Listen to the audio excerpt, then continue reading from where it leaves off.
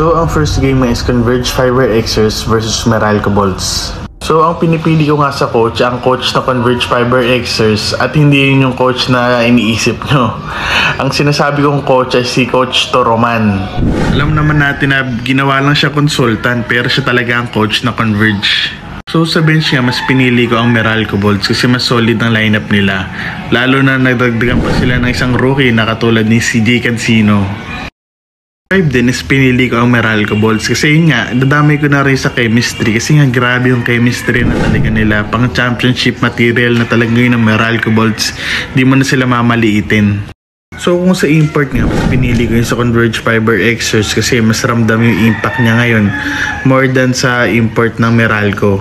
Hindi ko alam bakit gano'n kasi hindi siya tulad nung dati, no, nung naglalaban sila ni Justin Brownlee talaga. Mas magaling siya before kaysa ngayon. So ang prediction ko nga, 60% ang chance ng Meralco manalo dito sa game na to. So second game nga is Magnolia versus Northport Batang Pier. Sa coach nga, mas pinili ko ang coach na Magnolia, si Victolero. Kasi kahit matagal na siya dito talaga sa PBA, pero nakapag-champion na siya kahit isa. Hindi katulad doon sa coach ng Terra Firma na sobrang tagal na dito, hindi pa rin napapalitan. Bench naman, para sa akin, tie sila kasi parehas maganda yung nila bench ng dalawa.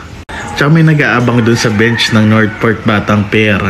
Ang tinrate nila na si Gio Halalon na sigurado ay maganda ang lalaroin sa game na to.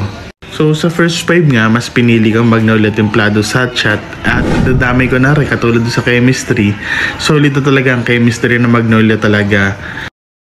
So sa import nga, mas pinili ko rin ang Magnolia Templados kasi mas magaling talaga yung Glenn Robinson Jr. Yung Venky Joyce hindi masyadong ramdam sa opensa. Sa opensa ng Northport Batang Pier, mas ramdam talaga ang Arvin Tolentino kaysa sa import nila.